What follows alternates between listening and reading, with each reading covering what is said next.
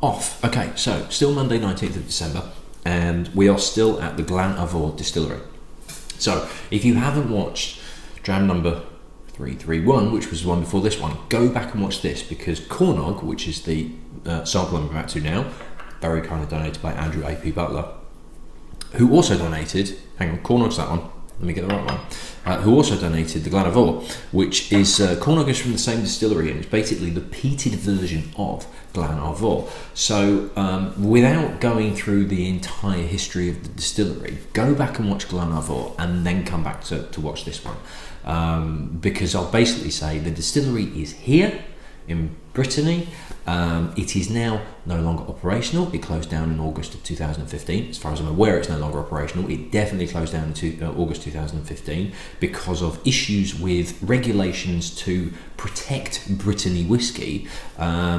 Regulations were discussions were basically put in place that would have enabled the distillery to either spend loads of money to completely change their operation and not release some whiskey they were planning to, or jack it in entirely, because the owners, Jean and Martine Donnet, also are running the Gartbrecht distillery, which is a new distillery on the Isle of Islay. So that's about it. That's about as much as I'm going to go into. Kornog is the peated version. Now, they're using malted barley from Scotland and probably from Ireland, because it seems a little bit too much of a coincidence that they have a heavily peated version that is using barley from Scotland, and they are now in the process of opening up a distillery on Islay. So I think they've got some ties there. So yes, it's 35 ppm. So if you don't know what ppm is, you can measure peatiness in whiskey by something called phenols, which are chemical elements within the whiskey that give this peaty taste and aroma and flavour. And you can measure the amount of phenols. It's not, more often than not ppm, but you can also read it as ppm, where it's phenol parts per million. And the higher the ppm, the more peaty, the more intense it is, the more smoky it becomes. You're looking... The peatiest, you're looking at about, on average, 50 ppm. You're looking at Ardbeg and Lefroy, Lagavulin slightly underneath. Ardbeg and Lefroy I think it's about 45 to 50, maybe even 55. Bruichladdich did a version called Octomore way back in the day, where it was called Octomore, Oct being 8, it was 80 ppm. And they have other Octomores, and one will be coming up later on in the challenge towards the end.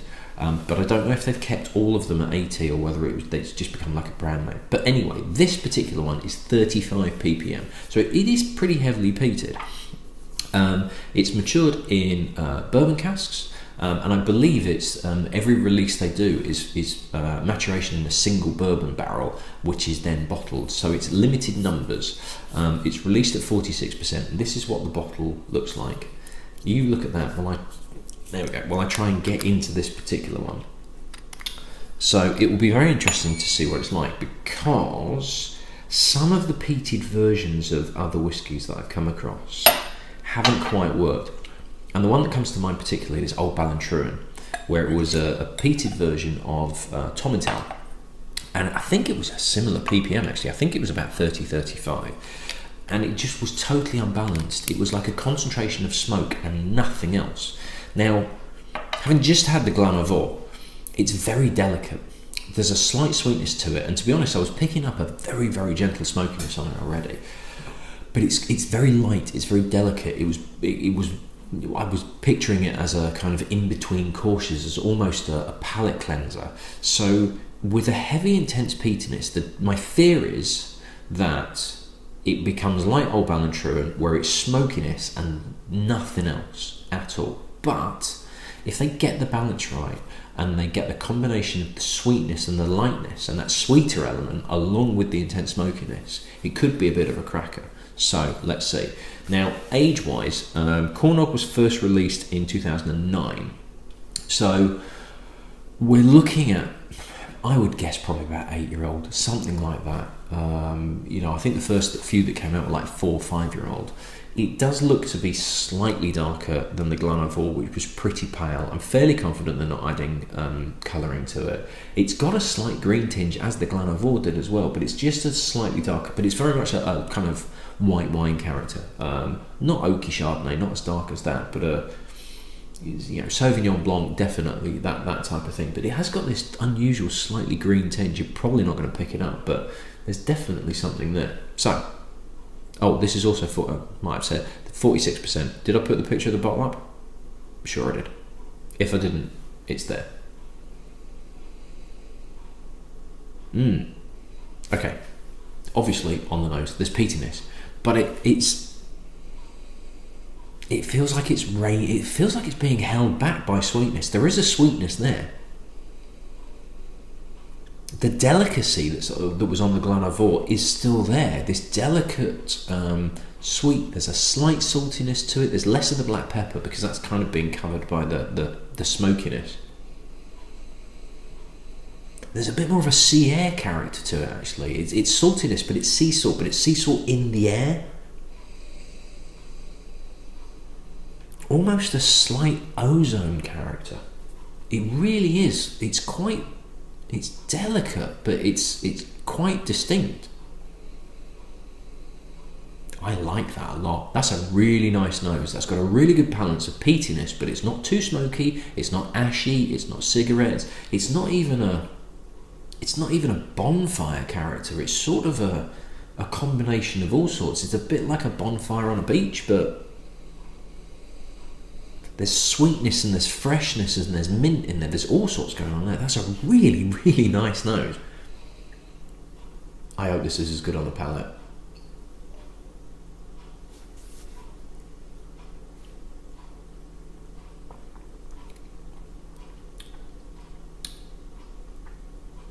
That is... that's good. I'm going to try and... No, I'm alright. I've got a box moving around in my head, and I thought it was, as in on screen, not literally around my head. And I thought it was doing funny things with autofocus and stuff, but it seems to be okay. That is really good. Really good. That is right up my street. The peat is there. It's obvious. It's prominent, but it's very sweet. It's not overpowering. There is mint coming through. There is a kind of like a milk chocolate feel to it. There is sea air. There is sweetness. There's a lovely... It's like a minty toffee. You can get multi-packs of toffees over here where they're like toffees but they're in different flavours. So you get bog standard toffee, then you tend to get like a hazelnut toffee, but you can also get mint toffees. So it's creamy but it's minty. There's a sharp sweetness, a sharpness of mint, but then also the creaminess of toffee. And those are always my favourites. And this has got bags of that, along with this sweet peat smoke. I bloody love that. That is bang up my street. That really is, absolutely. Maybe a little bit more intensity of smokiness would just ramp everything up to 11. But that is... And tell you what this reminds me of. This reminds me of Bunnahabhain and Black Bottle, the old style of Black Bottle, because I still haven't had the new one yet, but apparently that's not as good. But the old style of Black Bottle, which was more pronounced on its smokiness, but again, it was sweet, it was delicate, it was being on a beach, kind of at sunset, so the sea air isn't quite as full on, and there's a bonfire in the distance, and you're getting notes of it, and it's influencing everything, but it's not overpowering. And this is an absolute cracker.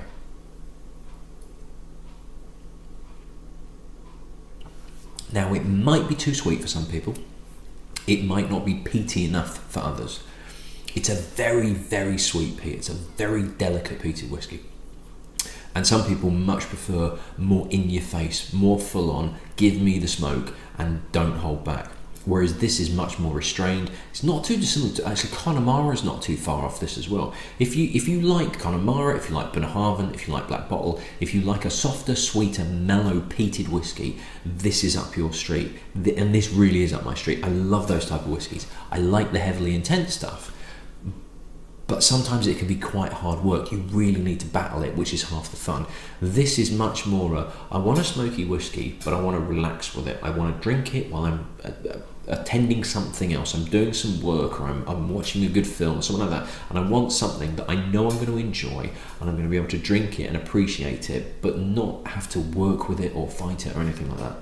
That is fantastic. Both of them, the standard Glann Ar Mor as a delicate spring-like palate cleanser, almost refreshing whiskey, and then the Kornog as a sweet peat. You get away with this for after dinner, almost like with dessert, with a kind of salted caramel dessert, or an ice cream or something like that, and it's different enough from the standard Glann Ar Mor that they are two separate whiskies.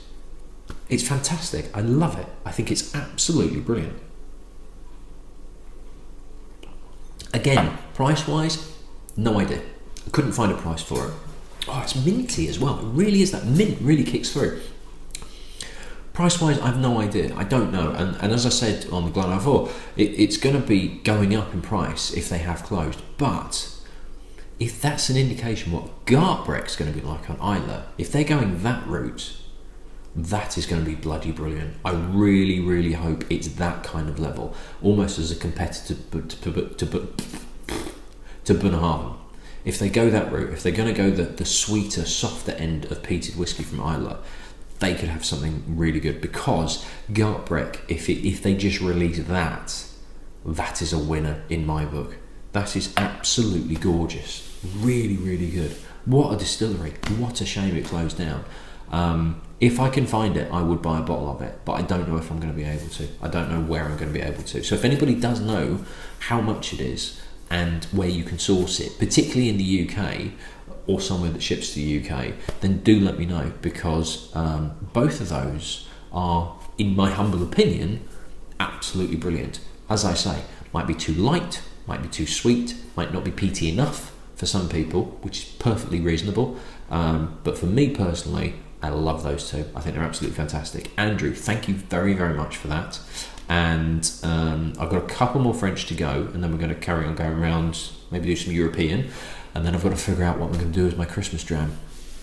And then we're into the final stretch, and we're heading towards 21st of January, which is the final drams. So quick appeal for anybody out there that's going to be in York or near York on the 21st of January. If you know anybody that's going to be near York, I now have some donations for the auction, and we have got some absolute crackers. I kid you not, there is some stunning stuff coming in. There's going to be free whiskey on the night for the people that attend. Food's included. There's going to be hopefully some live entertainment as well. It's going to be an absolutely cracking night, and this auction is getting even more exciting because I'm getting some fantastic stuff donated. It really is. I'm sticking some of my personal stash in.